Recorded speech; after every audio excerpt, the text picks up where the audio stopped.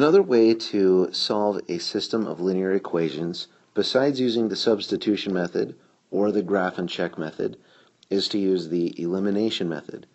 In the elimination method, because we've got a system of equations where x is the same in both and y is the same in both, so whatever the x variable or the coordinate for the x is equal to, whatever value that is going to be the same in both equations. Likewise, the value for y will be the same in both equations. And because of that, we can either add the equations together or we can subtract one equation from the other. Let's look at some examples really quick. Here I've got 6 different systems of linear equations. If you'll notice, in number 1, the coefficients for both of the y variables are opposites of each other. I've got a positive 8y and a negative 8y in the different equations. If I add these equations together as they are, then that would go to 0y, eliminating the y variable. There would no longer be a y term, and I would end up with 12x is equal to 48. I could solve that remaining equation for the value of x, and then proceed like the substitution method does, and substitute that value in somewhere and find what the value of y is.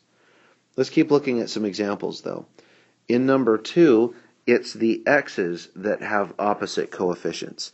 So I could add, just like I did back here in 1, I added those equations together to eliminate the y variable.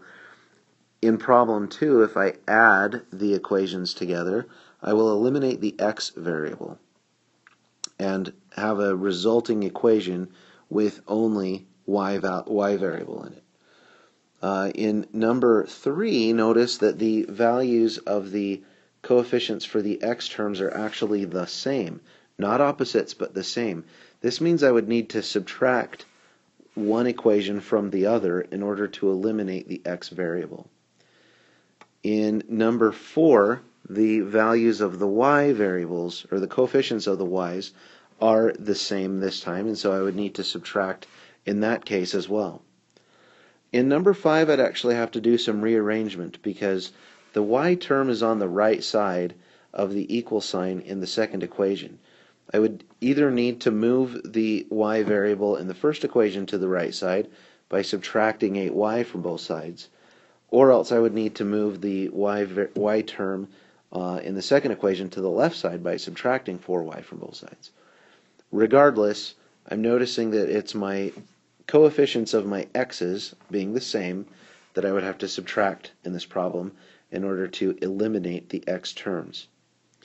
Finally, in number 6, it looks like if I add 5y to both sides of the equation,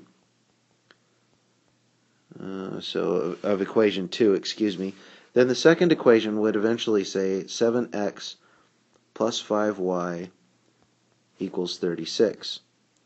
And now I'm noticing that the y variables are the same. So if I subtract in that one, that would eliminate the y variables, and I would have a resulting equation that only had x's in it. Let's move along and actually do a problem that uses one of these.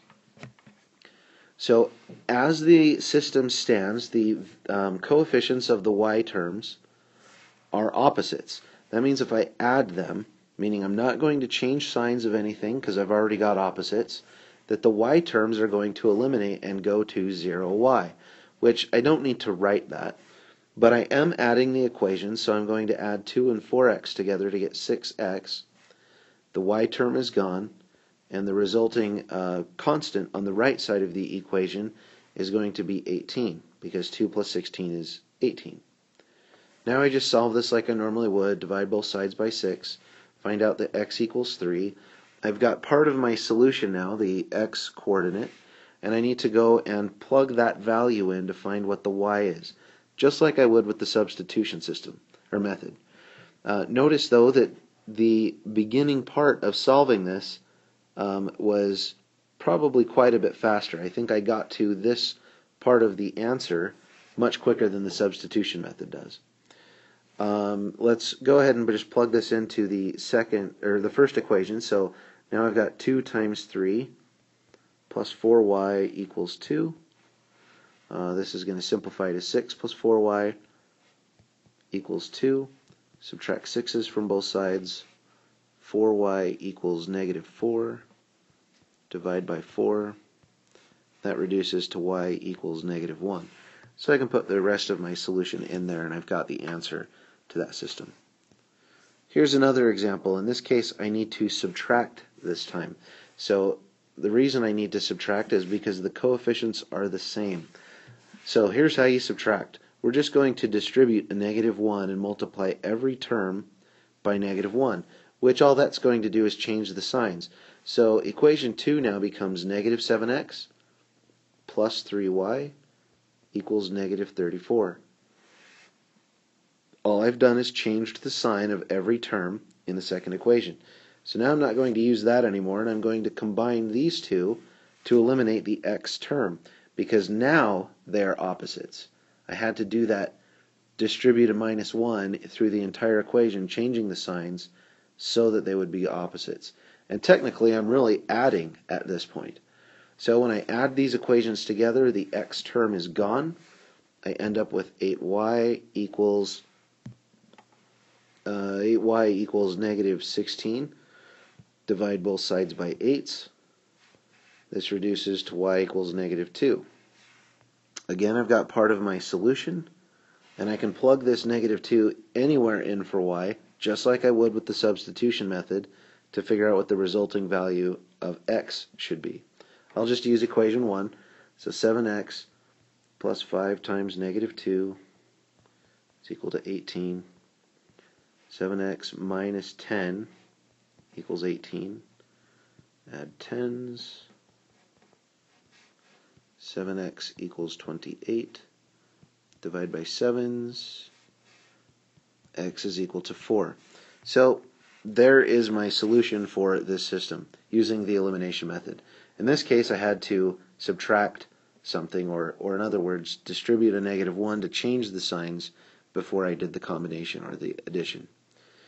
In this example, I've got to do some rearrangement and get the equations to either have just y on the left, like in the second equation, with x and a constant on the right, or else have the x and y terms on the left with the constant on the right.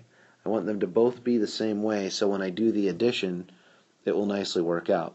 Well, I'm noticing that if I subtract 6x from both sides of the second equation, that I'm going to end up with negative 6x plus 13y equals 8. And I've got opposite coefficients for my x terms. Now if I combine those, again I'm ignoring this now because I've just changed equation 2.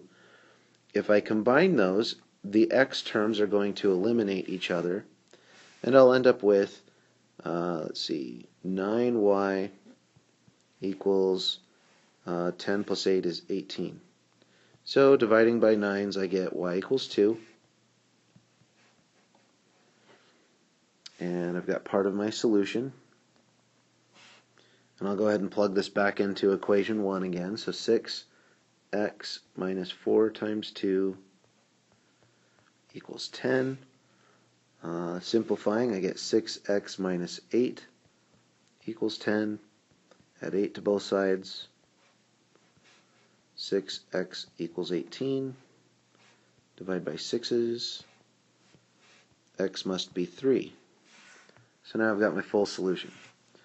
Okay, so it's just a matter of making sure that the coefficients are opposites from each other and then adding the equations together and solving from there.